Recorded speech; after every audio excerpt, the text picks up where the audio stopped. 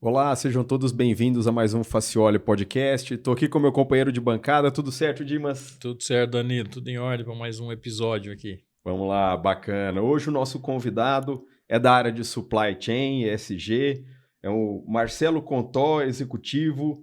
Ele é formado em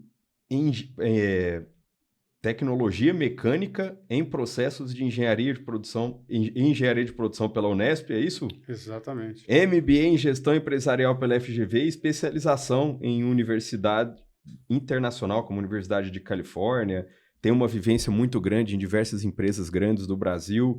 Marcelo, seja muito bem-vindo. A gente também costuma chamar ele de Contó. Tudo certo, Contó? Tudo bem, Danilo. Obrigado pelo convite. Prazer estar aqui com você e com o Dimas. Obrigado, bacana. Contó, muito obrigado. Eu não consigo chamar ele de Marcelo, então Contó. Fiquei até em dúvida aqui que eu falava. Eu sempre escutei Contó. Eu vou falar Marcelo ou vou falar Contó? Marcelo, ou é minha esposa quando está dando bronca, ou é minha mãe. Ah, então Contó é melhor. É melhor Contó. Muito obrigado por você ter vindo aqui. Muito obrigado a você que nos acompanha e está nos acompanhando também nesse episódio. Deixe lá seu like, seu comentário, o que você gostaria de ouvir aqui. É muito importante para a gente. O que você não gostou também, pode falar que a gente Bem lembrado. Se corrige aqui. É isso aí. Marcelo, muito obrigado por você ter vindo. A gente sempre pede aqui, eu sempre peço para os nossos convidados, né? O Danilo fala, os seus convidados são todos teu amigo, né? Eu falei, é claro, né? Então, Ainda bem. Ainda bem, né? Para contar um pouco da sua história, sua trajetória, especialmente para quem nos acompanha, a gente é muito importante para eles têm dito isso para a gente, as escolhas, né, que o profissional fez ao longo da vida para ter sucesso durante a carreira, né, e a gente, obviamente, traz gente aqui que já trabalhou durante muito tempo, então tem muita história para contar. Conta aí a sua história para a gente. E eu acho que o Contó é o primeiro dessa área, né, Dimas? Que a gente É o primeiro traz, né? dessa área. Legal. E já mudou de nome, depois ele vai contar essa área. É, Quando eu comecei a trabalhar, não chamava assim, não. Agora tá com o nome bonito, Supply. Né? Pois é, termos da moda, né? Mas legal. Vamos lá, vou tentar usar meu poder de síntese, que não é muito grande, mas tentar resumir essa carreira, porque ela é longa. Eu comecei cedo e também já me considero um sênior, então somando as duas coisas, eu diria que estou chegando aí a quase 40 anos de estrada. Eu, de fato, comecei como um menor aprendiz, então eu tenho orgulho de dizer que meu primeiro emprego foi como torneiro mecânico. E você falou de escolher. Acho que eu não escolhi, acho que o mercado é que acabou aparecendo e, enfim, a área de supply apareceu na minha vida. Mas depois de tanto tempo, não tem como dizer que eu não adoro, não amo o que eu faço. Então, sou muito feliz, né, e realizado nessa trajetória. E você passa a ser um entusiasta e, às vezes, vocês vão ter que dar um break aí, porque senão me entusiasmo, nós vamos falando aqui. Assim que é bacana. Mas falando de trajetória, né? Basicamente, depois dessa minha formação, né, na área de mecânica, Sorocaba é um polo metalúrgico muito forte, eu sou nascido lá. E então transitei por algumas empresas do setor automobilístico, de autopeças, como a ZF, Metso, né? São empresas desse segmento e da cidade lá de Sorocaba. E num dado momento eu tive que alçar um voo por oportunidade também que me apareceu, aí fui trabalhar numa química e farmacêutica, a Recit, química e farmacêutica, que fabricava a Novalgina. Então já era um segmento diferente, uma oportunidade de conhecer novos processos, novas culturas, uma multinacional alemã, portanto culturas bem diferentes de multinacionais americanas onde eu tinha trabalhado. E também saindo de Sorocaba, porque eu tive que ir para São Paulo e enfrentar aquela avenida chamada Castelo Branco. A gente brinca que hoje é quase uma avenida aquilo, né? O fluxo que a gente tem hoje entre Sorocaba e São Paulo. Aí surgiu também, depois de 5 anos, uma outra oportunidade. Eu falei, puxa, agora quero ver se eu fico mais perto de Sorocaba. Nada, fui mais longe. Fui lá para a Chácara Santo Antônio, quase na zona sul de São Paulo, porque me apareceu uma oportunidade na PepsiCo, na divisão Elma Chips. Apareceu essa oportunidade, também numa área de compras. Aliás, esqueci de mencionar, mas desde os 18 anos eu atuo em áreas correlatas em supply chain, ou compras, Entendi. ou logística, gestão de materiais, S&OP, enfim, Bacana. áreas que estão dentro desse processo da cadeia de abastecimento. Uhum. E então fui para a PepsiCo, uma empresa fantástica, né? O segmento é uma Chips, né? Que eu trabalhei a maior parte do tempo nesse segmento. Uhum. A divisão de refrigerantes era conduzida por, enfim, uma outra divisão. E foi também uma experiência excelente em termos de carreira e pessoalmente também. Talvez onde eu tenha conseguido melhor trend de carreira, melhores oportunidades, foi nesse período na PepsiCo. Uma empresa de alimentos, de bens de consumo, então uma cultura de marketing muito grande, uma cultura de um produto de alto giro, perecível, delicado, onde a marca é uma expressão e principalmente a distribuição capilarizada é algo bastante importante. Acho em qualquer lugar, né? Pois é. São itens de bens de consumo que você, normalmente você não põe na lista da cesta básica, né? É verdade. Então, Verdade, a dona de tem casa razão. fala, vou comprar. Não, você compra quando vê. E aí tem a figura, né, do que a gente chama do shopper e do consumidor final. Uhum. Às vezes a mãe é aquela que decide, mas não é ela necessariamente a consumidora. É A verdade. criança normalmente que é. É verdade. Então, o marketing tem que chegar nos dois, né? Uhum. E com todos esses desafios de alto giro, de um preço competitivo, que tem que estar lá. Se o consumidor tem R$1 no bolso, você tem que tentar conquistar aquele R$1 dele, não deixar ele comprar uma banana. Eu quero que ele compre o meu produto. Então, é realmente um segmento fascinante, onde eu aprendi muito dessa parte de bens de consumo e principalmente dessa logística que você falou, né? A logística capilarizada que chega.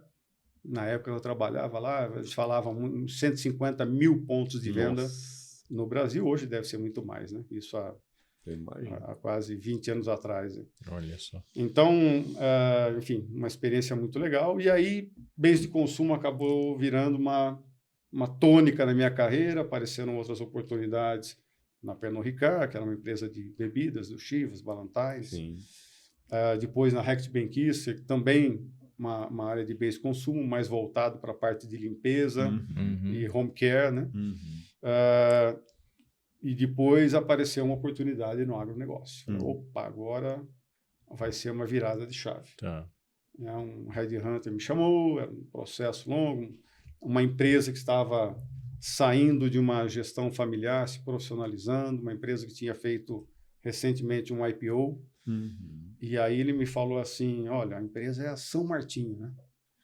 E eu falei, caramba, nunca ouvi falar. Eu estava lá no outro lado, longe do agronegócio. Quem está no agronegócio já conhecia. E mais longe ainda de Sorocaba? Mais longe ainda, bem lembrado. Aí estragou o plano de Sorocaba. Ou seja, toda vez que eu tentava ir mais perto, eu acabava mais longe. Nós vamos chegar lá. Depois eu fui bem mais longe. Mas, enfim, esse foi uma virada de chave importante. Primeiro, que Ribeirão Preto sempre exerce um fascínio, um charme, né? Tem uma cidade que tem um glamour diferenciado. Sorocaba tem o mesmo porte em termos de população, talvez até de economia, porém não tem esse glamour do agronegócio. Sorocaba é uma cidade mais industrial. Eu amo Sorocaba, não dá nem para comparar porque meu coração fica dividido.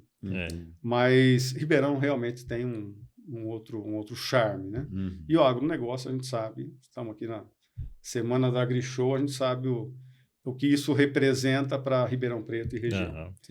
E, então, uma posição sediada aqui em Ribeirão Preto, numa empresa do agronegócio, que precisava fazer um processo grande de um turnaround operacional e até estratégico para trazer, principalmente, uma área de suprimentos corporativa, né, que pudesse atender a todas as unidades do Grupo São Martinho, e também trazer uma modernização, oxigenar a empresa, principalmente a parte de processos, estrutura, de tecnologia, né?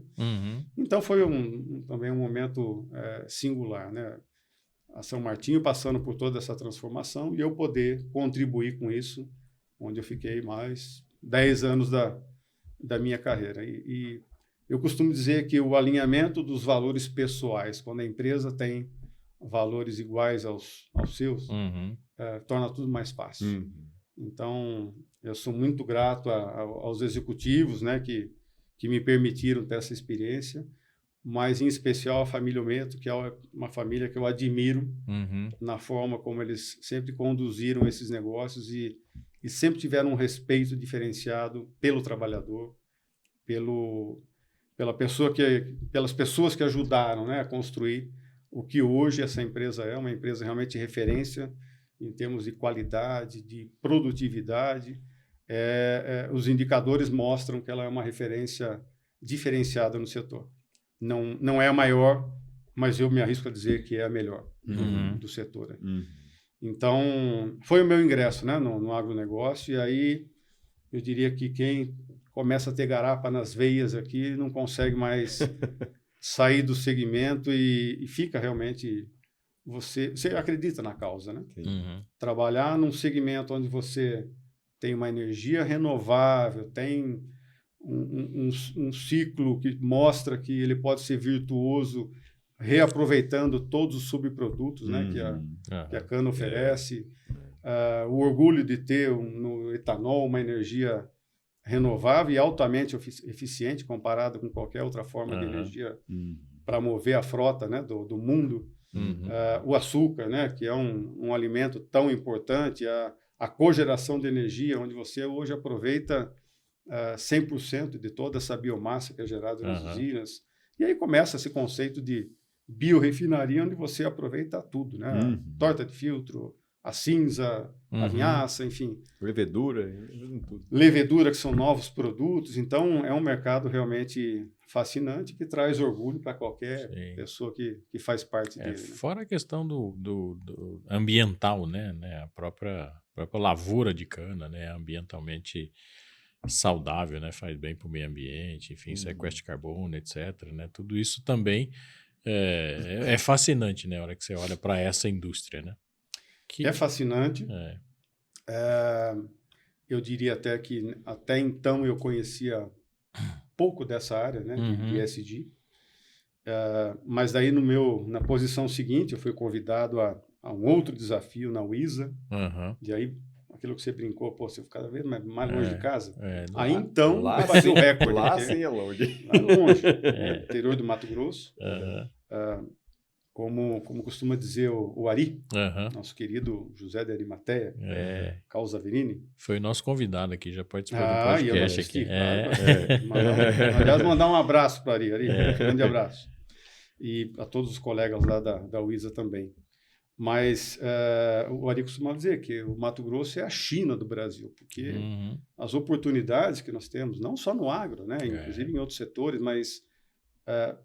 se bem gerido, qualquer atividade de agronegócio no Mato Grosso dá certo. Né? E foi a experiência que nós tivemos na UISA, uma sucessão, né, de toda a gestão, onde a gente precisava fazer também uma transformação importante de capital, que passou a ser gerido por um fundo de investimentos. E nesse processo todo lá do Mato Grosso, acho que talvez a melhor forma de expressão de inovação é a UISA hoje nesse setor. Esse conceito de uma biorefinaria altamente sustentável, onde eu tive a oportunidade, além, né, das atividades de supply, que até então eu já tinha vivenciado em todas essas empresas, também eu tive a oportunidade de colocar nesse portfólio da posição que eu ocupei, também a parte de sustentabilidade. E aí você, obviamente, tem que fazer uma lição de casa, tem que falar, bom, e aí, como é que eu entendo um pouco melhor disso? Como é que eu começo a me aprofundar para, então, entender que todo esse processo hoje do balanço de carbono que uma atividade sucroalcooleira entrega e o que você sequestra, né? O que você deixa como footprint lá, a sua pegada de carbono, o balanço é extremamente positivo de uma atividade sucroalcooleira. Então, só por isso só, eu diria que já é uma atividade altamente sustentável e que, de novo, traz total orgulho para quem faz parte dela. Mas, além disso, tem toda a parte da inovação. E a UISA tinha realmente nesse DNA, né, o conceito da inovação disruptiva. Então, trazer outras atividades, outras formas de gerar alimento e energia para o mundo, mostra que realmente o exemplo que você deu da levedura, né? Existe uma planta lá que tem pouco mais de um ano, já produzindo levedura de alta qualidade, que realmente do ponto de vista nutrimental, um complemento para principalmente ração de gado, né? É um alimento nobre. Então, por ser nobre, você consegue colocar muito mais valor agregado ao seu produto final. Então, de fato alguns cases importantes que eu tive o privilégio, oportunidade de, ao longo da carreira, entender um pouco como funciona, como é que você faz um inventário hoje do que todas as fontes que a empresa tem de emissão e de sequestro de carbono. E, por último, e atualmente, eu estou ocupando uma posição de responsável pela área de compras corporativas na Cutrale, né, que também é uma empresa familiar, né, embora seja uma multinacional. E aí eu estou aprendendo um novo negócio, né? Um pouco menos de um ano, agora não estou mais moendo cana, estou aprendendo a moer laranja. Legal. É bacana. Muito bom. Ô, Contó, assim, é óbvio que você falou, eu não sei se eu escolhi fazer isso o mercado acabou me levando, e teve um monte de oportunidade, e você citou uma série de empresas aí que você passou, né, que talvez não seja muito comum, né, em profissionais da sua área ter essa inquietação, né, de sair de uma, vai para outra, vem para outra, enfim, acaba migrando de uma empresa para outra e desafios muito diferentes em cada uma. E aí, nesses momentos, obviamente, você fez escolha, deve ter analisado o risco, né? Deve ter analisado a oportunidade, deixa eu ver para onde eu vou, né? Não é a gente que faz ranch e faz para Itamaraty, não é tão fácil levar a gente para lá, por exemplo, né? E também não é tão fácil tirar alguém que está acostumado com aquele monte de trânsito lá em São Paulo, né? Com aquela belezura que é São Paulo, trazer para o interior por exemplo, para vir trabalhar para um segmento completamente diferente da sua experiência. Por que você teve essa inquietação e o que te fez escolher migrar entre uma empresa e outra? Como é que você estava olhando para a sua carreira? Falava, minha carreira, isso aqui vai ser importante, né? Porque aí, de fato, você tinha consciência, né, das escolhas que você fez, e talvez para quem está nos assistindo, nos ouvindo, isso seja importante para ele tomar decisões em relação à carreira também, né? Bom, vamos lá, mas primeiro eu gosto de falar que a ambição ela é positiva, desde que você não ultrapasse o limite da ética, né? Não precisa puxar o tapete de ninguém, mas também não pode ser alguém eternamente resignado, né? Conformado com... e também não tem nada de errado, né? Com a pessoa que a gente costuma conduzir alguns processos de ferramentas como a Facioli oferece para o mercado aí de avaliação de perfis, avaliação de momentos, né? Onde você faz, por exemplo, uma avaliação anual e identifica que existem aquelas pessoas que são mantenedoras. Normalmente um perfil mantenedor, um perfil mais analítico, né? Ele tende a ter algum receio em mudança de carreira, em correr riscos, né? Ou seja, eu costumo dizer que não tem nada de errado com nenhum deles. As empresas normalmente precisam de uma mescla onde você tenha, fazendo uma analogia com o time de futebol, do goleiro ao 11, precisa ter, às vezes, um Neymar dentro do time, precisa ter alguém excepcional, mas precisa ter também o voluntarioso, o carregador do piano, aqueles que se doam mais, aqueles que, de fato, preparam, né, todo um ambiente para que o atacante vá lá e faça o gol. Quem trabalha em equipe, né, quem gosta dessa visão realmente de team building, sabe que todo mundo é importante no time. Você não chega, não constrói uma escada se não começar pelo primeiro degrau, né? Então é claro que o atacante faz os gols, ele vai lá e comemora com a torcida, ele é quem aparece mais na mídia, mas a gente sabe que o time precisa ter, enfim, essa mescla que torna um time heterogêneo tão completo e tão eficiente. Falando, né, um pouco de escolha de carreira, o que aconteceu comigo realmente foi isso, né? Eu a minha primeira oportunidade, eu me lembro que na época ainda existia anúncio de jornal, né? E era lá, estagiário, como eu fazia um curso de técnica e mecânica, também na Fundação Paula Souza, lá em Sorocaba, e eles queriam um estagiário que estivesse cursando o curso de técnica e mecânica para fazer uma atividade de follow-up. Eu mal sabia o que era follow-up, eu mal sabia que existia nas empresas uma área de compras. Mas eu achei interessante, porque eu estava trabalhando até então como torneiro mecânico. Foram 3 anos entre o curso do Senai e trabalhando na empresa. E nesse período foi ótimo para saber como é um chão de fábrica, como realmente é uma atividade operacional, como é trabalhar numa indústria metalúrgica seriada, né? Uma cobrança por produtividade, por resultado. Mas começar a exercitar um pouco mais do lado técnico em compras me pareceu algo importante. Porém, eu tinha um emprego, tinha um CLT na carteira. Meu pai falou, você vai trocar isso para ser um estagiário? Né? É um risco muito grande, acho que você não deveria fazer isso. E óbvio que eu ponderei naquele momento, eu falei, bom, se eu estou com 18 anos, se eu tenho que correr risco, é agora. A hora que eu tiver com mais de 18, família, né? Tudo fica mais difícil.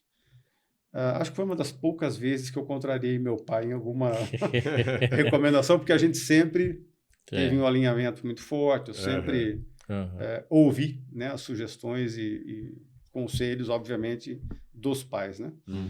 Mas nesse eu contrariei, falei, não, eu vou, eu acho que...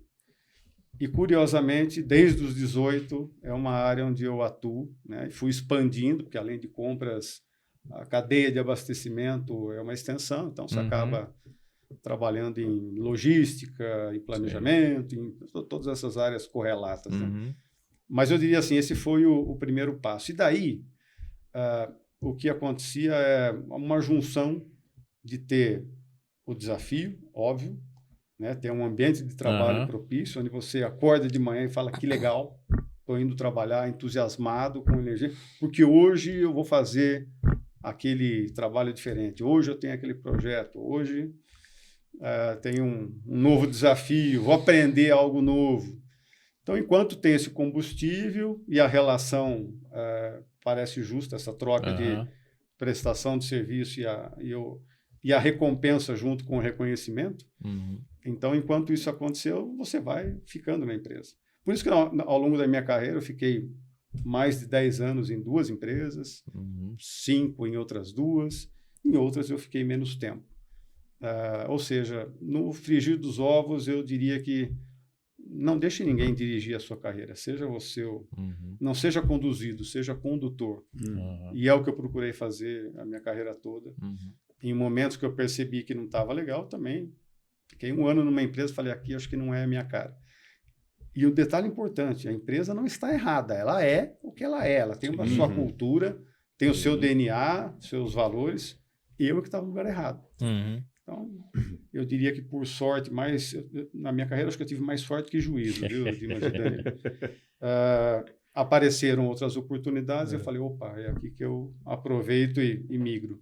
Mas tem que estar sempre antenado. Hoje, com o advento das mídias sociais, né, você tem mídias aí tão focadas, principalmente no lado profissional, tem que estar antenado, tem que estar acompanhando, tem que fazer muito network, tem que...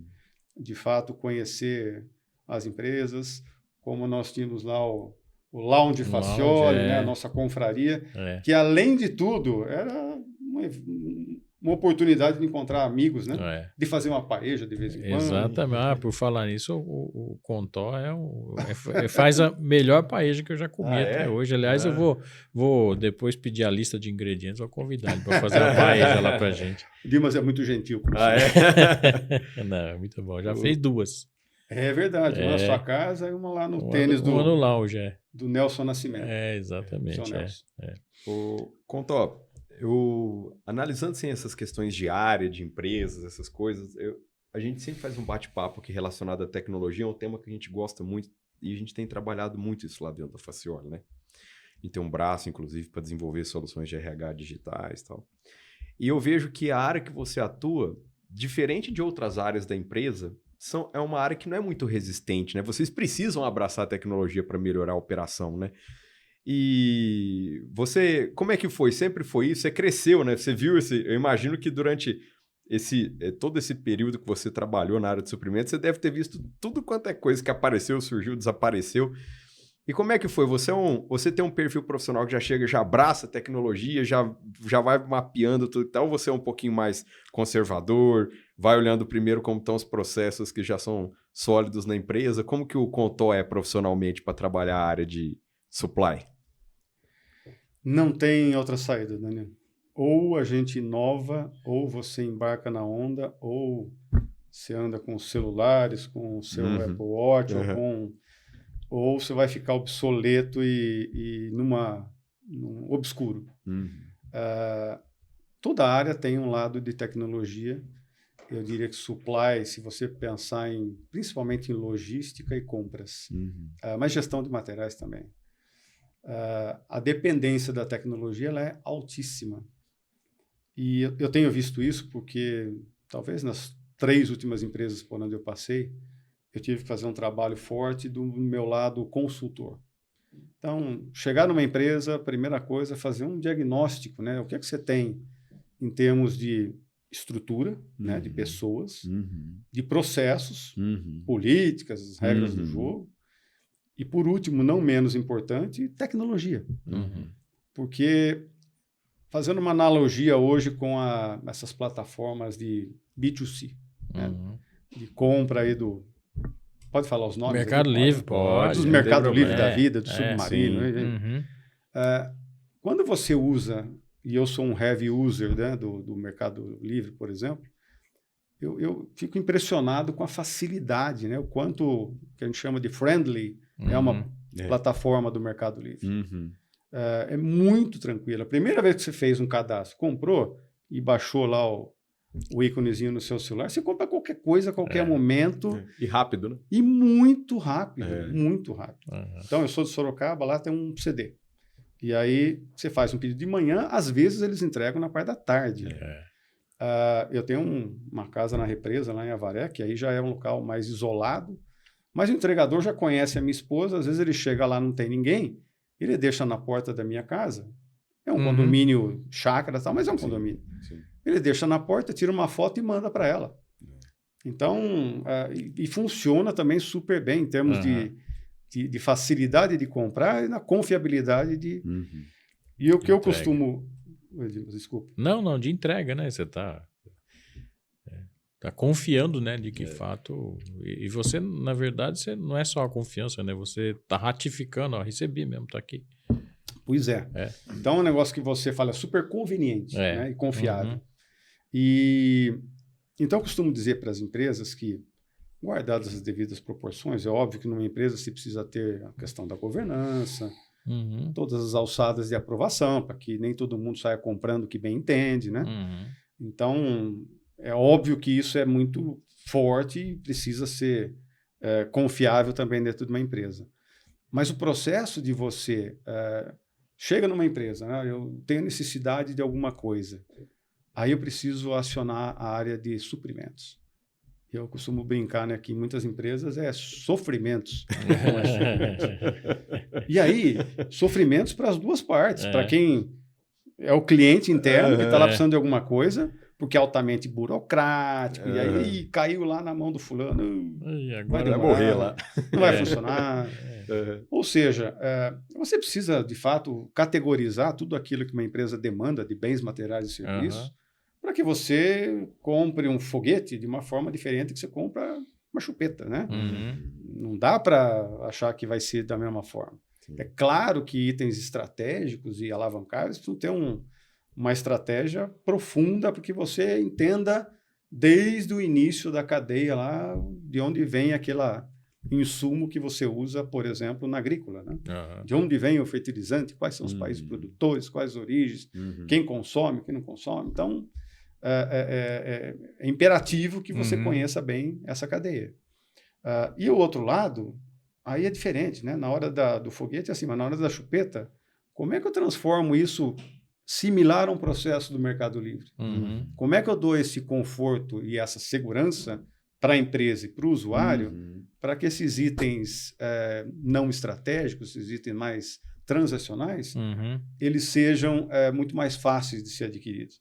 Então, são metodologias diferentes. Aí nós vamos fazer um catálogo com essas grandes empresas, por exemplo, de material de escritório, de limpeza, descartáveis, todos esses consumíveis, né? Uhum. Que são itens que você tem uma dispersão de itens muito grande, mesmo com a consolidação da categoria, os valores são menos expressivos, e aí o nome do jogo é agilidade. Aí você tem que a resposta tem que ser rápida, o período em que você volta a negociar aquilo, você faz acordos de prazos maiores, então negocio com uma empresa de material de escritório, olha, me mantém o preço por um ano, e a gente consegue até abrir, e aí eu tive iniciativas como essa na Wiza, foi uma delas, onde a gente trouxe o conceito do catálogo eletrônico. Então, é um B2B, mas que funciona como se fosse um B2C. O requisitante, ele entra dentro do site lá da empresa, pede o material de escritório que ele quer, obviamente alguém tem que aprovar lá, então tem que ter sempre uma alçada, um gerente, um líder aprovando, mas esse item, ele é fornecido direto lá pelo requisitante, você não precisa fazer todo um processo de concorrência, de cotação para comprar material de escritório, que é um item tipicamente um consumível e normalmente de baixos valores, né? Então isso tem que estar piloto automático.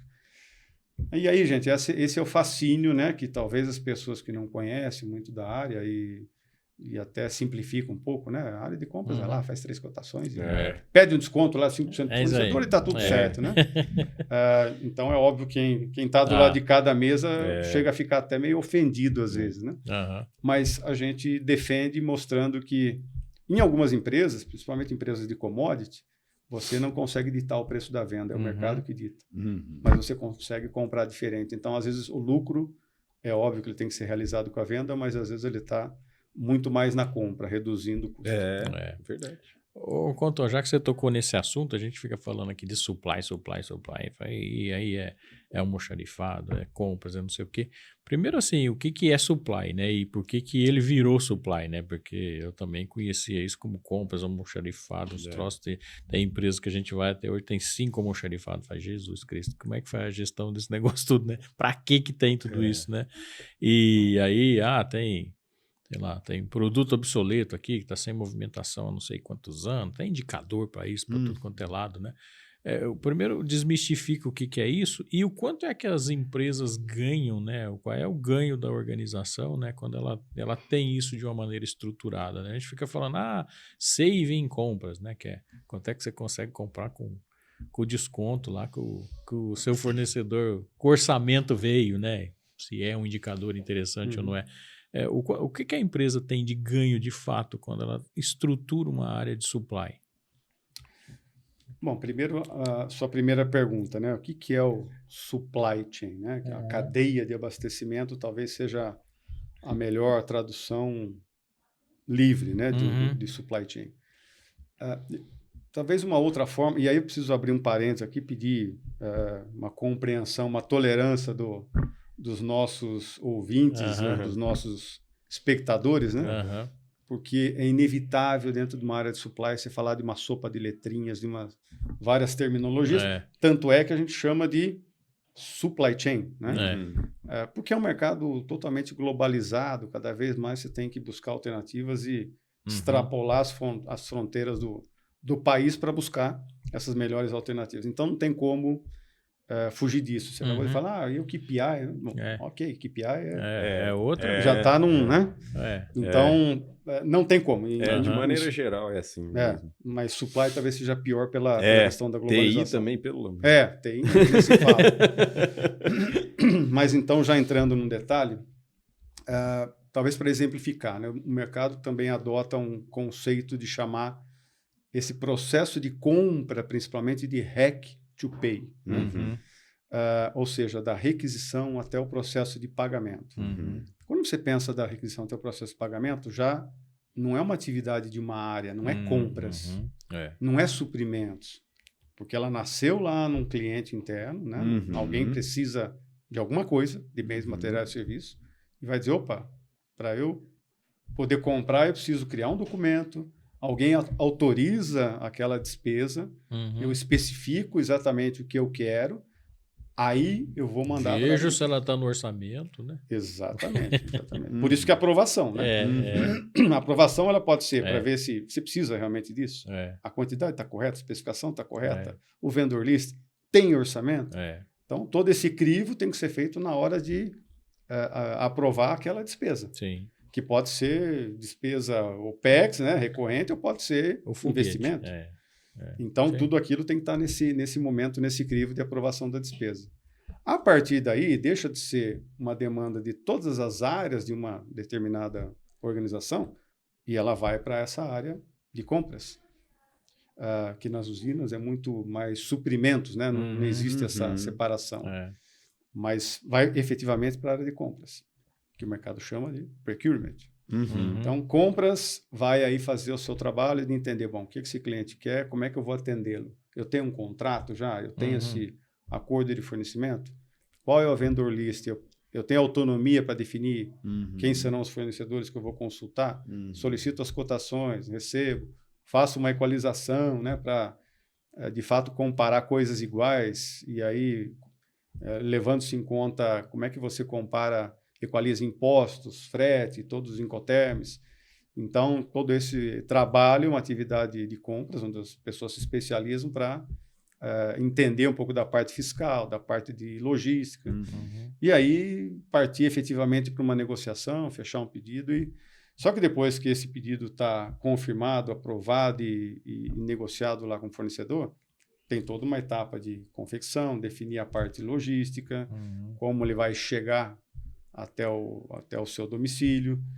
E depois disso, toda a parte da inclusão fiscal, nota fiscal, vai para contas a pagar, que vai concluir o tal do PAY, do Hack to Pay.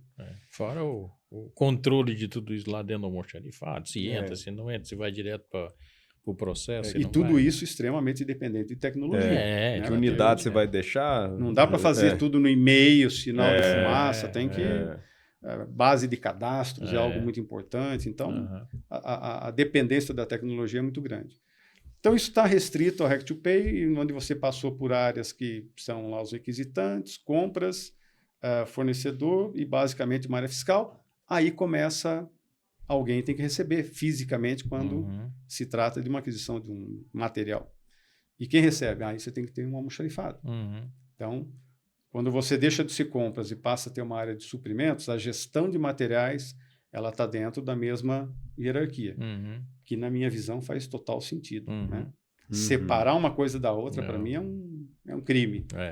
Então, gestão de materiais é um complemento, porque a origem dessa demanda normalmente é um MRP, né? Um sistema que faz a reposição de materiais dentro do almoxarifado. Então, ela pode nascer no almoxarifado e pode terminar sendo um item de estoque também no almoxarifado. Ou seja, tem total conexão com a área de compras. Mas vamos além. Tem uma área que precisa transportar isso, que normalmente é logística. A logística vai definir se eu vou comprar CIF ou FOB, porque eu vou comparar o custo do meu transporte e o custo do transporte pelo fornecedor. E aí eu tenho dois conceitos, né? Eu tenho o aproveitamento, a sinergia de duas áreas de logística. A logística inbound, que é essa que compra, se negocia para trazer os seus itens, e a logística outbound, que vai entregar o seu produto final. Mas tem sinergia? Opa, claro que tem. O mercado adota muito para alguns materiais onde você tem a oportunidade de ter o mesmo tipo, o mesmo modal, o mesmo tipo de transporte, o conceito do backhaul, ou seja, aquilo que eu usei no meu caminhão para entregar meu produto final, o produto que eu entrego para os meus clientes externos, eu posso usar esse mesmo caminhão para trazer de volta a minha matéria-prima. Então, quanto melhor você puder aproveitar a ida e a volta desse transporte, faz todo sentido. É por isso que as empresas têm adotado o conceito da torre de frete, né?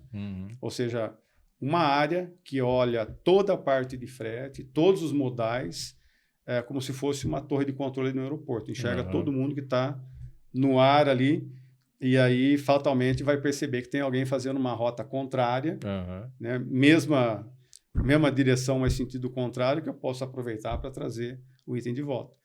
E não ter isso, não ter esse mapeamento, eu já percebi que, já presenciei, né, em algumas empresas onde eu trabalhei, que nós perdíamos oportunidade, um caminhão estava voltando vazio de ir de uma localidade onde eu acabei contratando um outro transporte, enfim, para trazer uma peça, um item, um material de conserto, porque ele realmente não aparecia nesse mesmo mapa, até porque dentro da empresa são atores diferentes, né?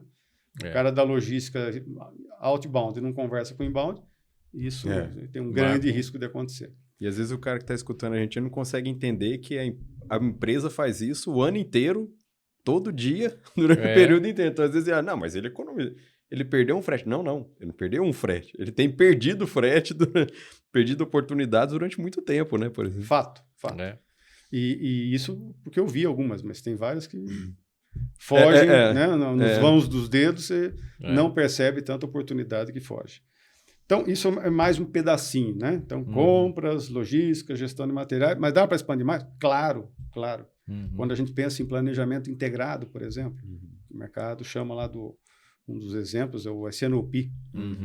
O S&OP, ele olha da venda toda a parte de planejamento de operações. Então, se eu tenho uma demanda e eu tenho um planejamento anual dessa demanda, do que eu estimo vender ao longo de um ano nessa empresa, como é que eu faço para retroceder e garantir que a empresa tenha capacidade de gerar todo esse produto acabado dentro das localidades, porque eu não estou falando só ter o produto acabado dentro de uma unidade, você pode ter várias unidades produzindo, várias unidades distribuindo, são os centros de distribuição, para você posicionar o seu estoque onde, veja, não vou nem falar de previsão, né? Eu vou falar de estimativa. É uma covardia, às vezes, falar, mas o cara de vendas lá fez a previsão errada. Previsão ou é cartomante ou é previsão do tempo, que aí você tem um grau de acurácia baseado num fato físico, né? Você tem pressão atmosférica, movimento, tá bom, aí é previsão. Mas falando de estimativa, ok, você não vai fazer a previsão, mas vai tentar errar cada vez menos. Ou seja, baseado em histórico de consumo, baseado nas suas ações de marketing, de vendas, de novos produtos, enfim, de economia, né? Macroeconomia, que vai ter de aumento da capacidade de consumo, né? do mercado, das pessoas. Como é que você consegue traduzir tudo isso numa melhor estimativa de vendas? Então, o S&OP é algo fundamental para que você consiga fazer todos os departamentos ou os pequenos planejamentos de cada área da empresa se conversarem e ter uma visão única que, no final das contas, tem que se desdobrar no resultado financeiro lá da empresa, no resultado operacional. Se eu tiver capacidade de produzir tudo isso e toda essa venda acontecer, toda a produção acontecer, a logística funcionar, comprar dentro do orçamento, o nosso resultado no final do ano é esse. Esse, basicamente, é o exercício de orçamento das empresas e o planejamento anual de cada empresa. Então, não sei se eu consegui fazer uma abrangência total, mas eu diria que supply chain, de uma forma até simplista, porque depois a gente pode entrar em detalhe em cada um desses subprocessos, mas engloba tudo isso, né? Desde o momento que você planeja o que a empresa vai fazer ao longo do ano, até realizar e, principalmente, fazer com que essas áreas se conversem dentro das empresas. Muito bom. E uma coisa até que o Dimas abordou, e é uma curiosidade que eu tenho certeza, Contó, que você deve ter uma visão a respeito disso. O Dimas até vai lembrar de alguns casos. Tem algumas vezes que nós somos convidados para trabalhar em algumas empresas e na hora que a gente olha a estrutura organizacional, nós olhamos os processos de supply divididos dentro da empresa. Bem divididos, assim. Então, ilhas. Tem a área de compras, aí tem um outro cara que cuida de armazenagem e um outro que está cuidando lá de recepção de matéria. No agro acontece muito isso. Originação, tem um cara que recebe e o outro... E aí, em alguns casos, nós chegamos e estruturamos uma área de supply, contemplando todos esses processos que você comentou. Falou, vamos montar uma... E a empresa resiste a isso, em muitos casos. Não, eles não conseguem entender a correlação disso. Você já passou por isso também? Já chegou em alguma empresa e encontrou algum tipo de resistência de manter esses processos que estão totalmente alinhados em áreas divididas sob diretorias diferentes, às vezes, né? Danilo, no final do dia, são pessoas, né? Atrás de cada cadeira, de cada posição, né? E aí muitas delas acho que se colocam da forma correta, né? Eu Eu não sou um executivo, eu não sou um diretor, eu estou. Tá na né? cadeira, E aquilo é circunstancial. Então, as pessoas tendem a ter essa coisa do feudo, né? Essa coisa do personalizar, de achar é a minha equipe, é a minha área, é a minha... Não é sua, né? Ela faz parte de uma organização que foi criada para produzir algum serviço, um bem, um material, e que tem, no final do dia, que trazer um resultado, dar lucro. A não ser que seja uma ONG, né? Mas, caso contrário, ela precisa dar resultado, senão não se sustenta, do ponto de vista financeiro, principalmente. Então, primeiro, sim, isso acontece, eu diria que é o maior entrave das empresas é vencer o lado cultural. Como é que você implementa uma mudança? Como é que você quebra essas barreiras para que pessoas que estão lá há tanto tempo, com o velho jargão lá do que, mas sempre deu certo, sempre foi assim. Claro. E deu certo mesmo, por isso que a empresa existe até hoje. As que não deram, a empresa quebrou, fechou. Verdade. Então, deu, não quer dizer que não possa ser melhor. Nada é tão bom que não possa ser melhorado. E aí entram as empresas que se diferenciam, né? As empresas que entendem, por exemplo, acionistas ou donos de empresa que chegam num dado momento, a empresa está numa escala tão grande que eles percebem que não dá mais, eu preciso me retirar, preciso ir para uma cadeira no conselho, preciso separar realmente todas as demandas pessoais, que o caixa da empresa, às vezes, ele é como o caixa da padaria, né? O dono vai lá e pega, abre o caixa e pega lá, não tem prolabore, não tem nada. Então, mas empresas muito grandes, é óbvio que isso fica cada vez mais difícil. Então, essas empresas que conseguem enxergar esse momento, essa diferença, e trazer, de fato, pessoas que têm uma visão de sempre olhar, bom, eu tenho 2 pontos aqui, qual é o caminho mais curto entre 2 pontos? É uma reta. Dá para fazer uma reta aqui? Muita gente vai dizer, não dá. Aí tem que entrar o papel do questionador, não dá por quê? Vocês que fazem um trabalho de consultoria, e como eu falei, talvez nas 3 últimas empresas por onde eu passei, eu fui muito mais consultor do que gestor, de uma área para dar continuidade no processo. Porque as empresas querem isso, querem mudança, percebem que o mercado é muito dinâmico, a tecnologia é muito dinâmica. Você põe um alvo, põe uma meta, dali a 2 anos você atingiu a meta, vou parafrasear uma certa presidente que nós tivemos aqui, mas depois que você atingiu a meta, não é que ela dobra, não, mas, mas a meta, ela se movimenta. Por que ela se movimenta? Porque o mercado é muito dinâmico, a tecnologia avançou, porque existem outros recursos, porque as pessoas aprendem e aí novas metodologias são implementadas. Será que há 30 anos atrás a gente estaria falando aqui de SNOP, de gestão da cadeia integrada de abastecimento, de internet das coisas? Com certeza não, né? Hoje, além de tudo, você tem que falar de inteligência artificial, de IoT, de toda a parte dos chats, de GPT. Então, ou seja, certamente se a gente não reciclar isso e não repensar daqui a 5 anos, se a gente está realmente fazendo esse caminho mais curto entre 2 pontos, é bem possível que a distância entre eles seja menor daqui a 5 anos por conta de avanços tecnológicos. Então, é realmente um desafio muito grande quebrar esse paradigma dos feudos, As pessoas às vezes falam, mas na minha área tudo está um brinco, está tudo certinho. Falei, tá bom, mas e se nas outras áreas da empresa não tiver? Nós vamos ter uma ilha de excelência. A empresa quebra, mas aquela área ela está maravilhosa. Ou seja, não faz sentido. Nós precisamos ter a empresa como um todo na mesma vibração, na mesma vibe. O Conto, acho que ficando nesse mesmo assunto, a gente tem a oportunidade de trabalhar. A gente fez, inclusive, um trabalho na Wiza, antes de você chegar, que é de desenvolvimento de liderança. A gente sempre leva para os líderes, uma ideia de fazer... crie três movimentos aí, 3 ações, 3 projetos que gerem redução de custo, de desperdício, de qualquer coisa. Ou ganho de produtividade. E no final, tudo se traduz em ou ganho ou redução de custo, que no final das contas é tudo ganho. Resultado. É tudo ganho. Aí a gente teve a oportunidade de fazer com um menino de logística que estava lá, você sabe da operação da Wiza, que tem a produção de açúcar e depois leva esse açúcar, eu não sei, não me engano, 18, 20 quilômetros lá para o Açari. Isso. E aí lá empacota. E aí tinha os caminhões, e o Danilo que estava fazendo o trabalho, inclusive, e ele veio de TI, esse menino veio de TI, eu não sei se você herdou ele lá quando ele chegou, mas é um caso muito interessante, para resumir a conversa,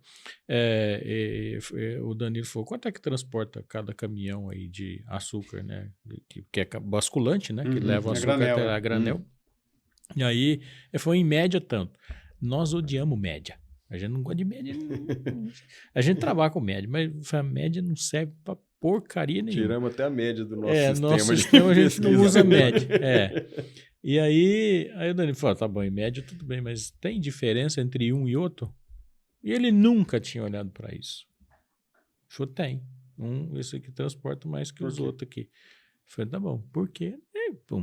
Gerou uma economia de R$1,5 milhão, por exemplo, por ano lá, gastando, acho que, documentação, né? Só aumentou a carroceria lá, né? Tiveram um projeto interno, modificaram a documentação dos caminhões, né? O próprio pessoal lá de solda, caldeiraria, fizeram alteração lá dentro do permitido, e aí eles fizeram... Aí, além da melhoria do transporte, eu lembro que na época ele tinha, se eu não me engano, 9 caminhões, eu acho que eram parceiros que a empresa pagava por mês ali para fazer só esse transporte ali.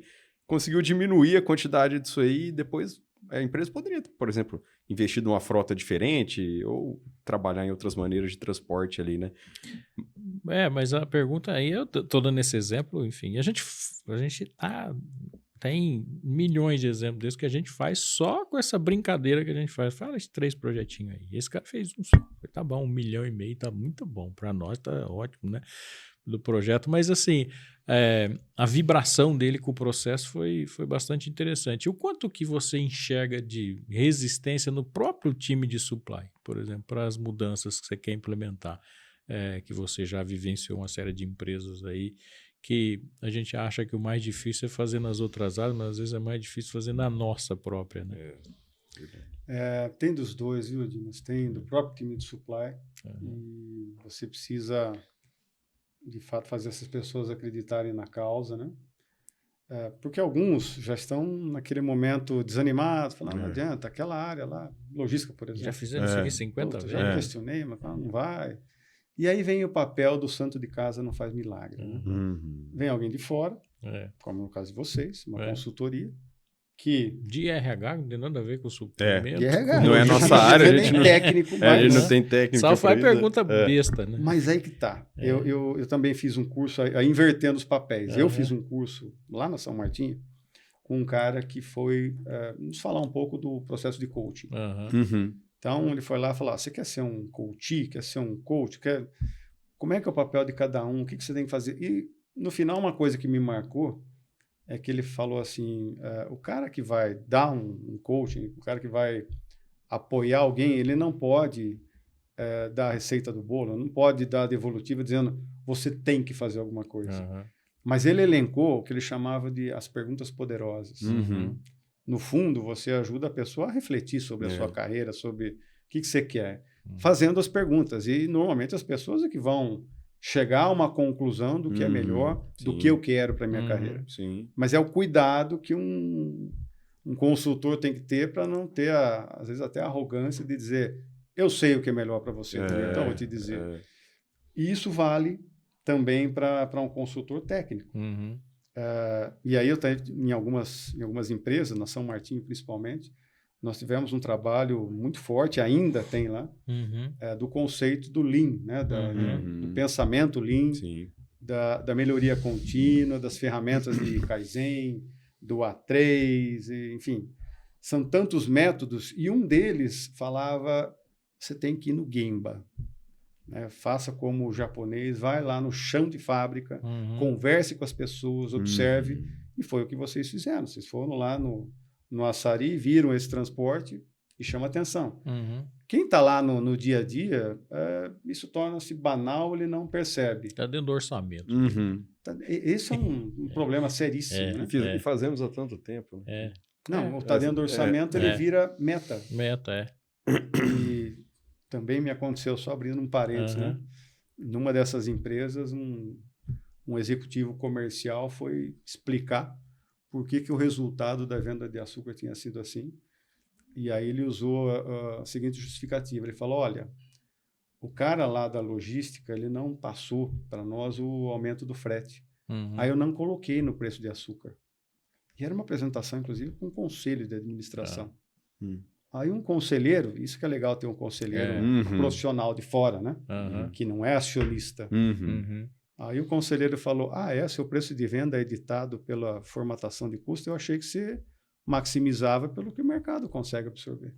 Açúcar, até onde eu sei, é assim. E alguém que tinha propriedade, conhecia muito do... Então, a situação ficou, no mínimo, constrangedora. Mas por quê? Porque para comprar também tem que olhar isso. Né? Eu não vou comprar porque no meu orçamento está 10, vou pagar 10. Não, vou tentar pagar cada vez menos. Claro. Porque, enfim, se for um commodity, se for algo que oscila no mercado, ou se eu tiver oportunidade, o que eu costumo dizer é, primeira coisa, talvez a primeira lição básica de um comprador é diferenciar preço de custo. O que eu tenho que comprar? Preço ou custo? Se eu não tiver informação, ele vai comprar preço e vai ficar bem limitado. Equivalente a ele encosta lá no posto e olha, fala assim, quanto está a gasolina? 5,50. Quanto está o etanol? 3,50. Vou botar etanol que é mais barato. Nós que somos do agronegócio, a gente vai botar porque a gente acredita, mas o consumidor trivial, ele não pode olhar só isso, ele vai falar, peraí, quantos reais por quilômetro a gasolina faz? E quantos reais por quilômetro o álcool faz? Você tem que fazer essa conta. Então, o básico que o consumidor tem que fazer na hora de abastecer o carro no posto, o comprador tem que fazer todo uma análise para tudo que ele compra. Se ele vai comprar pneu, não pode comprar o reais por unidade, tem que comprar reais por quilômetro que aquele pneu dá, ou no caso da máquina agrícola, reais por hora. Então, essa é uma lição básica, né, principalmente para o comprador, mas que a gente, dentro de uma organização, quebrar esses usos e costumes é talvez um maior desafio. E também uma coisa que você falou, Dimas, mas a área de suprimentos tem, claro, as pessoas precisam ser motivadas a dizer, você tem que ser patrocinado, tem que ser apoiado a ser o tal do questionador que a gente falou tanto hoje aqui. E o lado de lá, que é o lado do cliente interno lá, ele também tem que ser desafiado, porque senão ele entra naquela zona de conforto e fala, eu vou testar uma outra coisa, que vai que não dá certo, vai que me dá um problema aí na minha produção. É um risco, claro que sempre é um risco. Algo que está dando certo, eu vou botar um insumo diferente na indústria, dali a pouco complica toda a minha fermentação lá do açúcar, por exemplo. Açúcar marrom lá. Bom, pois é um risco muito grande. Então, óbvio que você não vai testando qualquer coisa de qualquer forma, tem protocolos, você envolve, mas tem que ter também um ambiente propício para que as áreas se sintam desafiadas pela alta gestão da empresa a fazer esse tipo de testes, esse tipo de avaliação, não só de materiais, mas inclusive de fornecedores. Um prestador de serviço, eu não vou botar qualquer um para dentro, mas fazendo todo o trabalho de análise de perfil dessas empresas, de referência das informações técnicas e tudo que você acha no mercado hoje, e é tão fácil você, né, pesquisar sobre uma empresa. Fiz toda a lição de casa, segui um protocolo, vamos fazer um protocolo de teste, vamos isolar esse risco. Tem que fazer. Esse é o dia a dia, e que em algumas empresas você chega lá, o cara fala, mas comprador tem que fazer isso? Já me perguntaram, né? Eu falei, depende. Que comprador você quer ser? Aquele condutor ou conduzido? Eu quero ter compradores condutores, aqueles que inovam, que diferenciam, que mostram que ele faz algo mais do que só comprar. Fazer cotação, né? Conto, bacana, a gente está chegando no final aqui do nosso Falei para você que era rápido. Porra, se deixar, não vou ficar rouco aqui. Não vamos marcar outros. Conto, fala para o pessoal onde eles podem te encontrar, suas redes sociais, se você utiliza, LinkedIn, os meios de contato que você tem para quem quiser te abordar para trocar uma ideia também. O lado bom de ter um sobrenome diferente é que não tem muito você homônimo. Tem até um arroba exclusivo lá. Então, no LinkedIn é Marcelo Contó. O meu e-mail pessoal é marcelo.conto, sem acento, hotmail.com. Então, eu tenho o maior prazer, como falei para vocês, em debater, em falar disso, né? Os fóruns, participo de alguns fóruns de compras profissionais, né? Executivos do setor. E aí, claro, cada um quer contar um pouco da sua história, fazer o que eu fiz hoje aqui. E o que eu acho mais legal, né? As pessoas contarem das suas boas experiências, mas também daquelas que não deram certo. Sim. Então, o que forma o know-how de um profissional é isso, né? As experiências que você fez, tentou fazer, não deu certo, mas aprendeu com elas. No final das contas, você tem uma história muito rica, uma história de sucesso para contar, para compartilhar. E isso, para quem gosta, como eu, que faço há quase 40 anos isso, né? Tenho o maior prazer. Vai ser muito legal poder interagir com o público que participa do nosso podcast aqui. Muito obrigado, Marcelo Contó, pela sua participação aqui, por ter aceito o nosso convite. Muito obrigado a você que nos acompanhou em mais esse episódio. Espero que vocês tenham gostado. Deixe lá seu like, seu comentário, seu dislike também. Pode botar lá que a gente também aceita. E vamos analisar aqui. Muito obrigado pela sua companhia. Até a próxima. Um abraço, até a próxima, pessoal. Até mais, gente.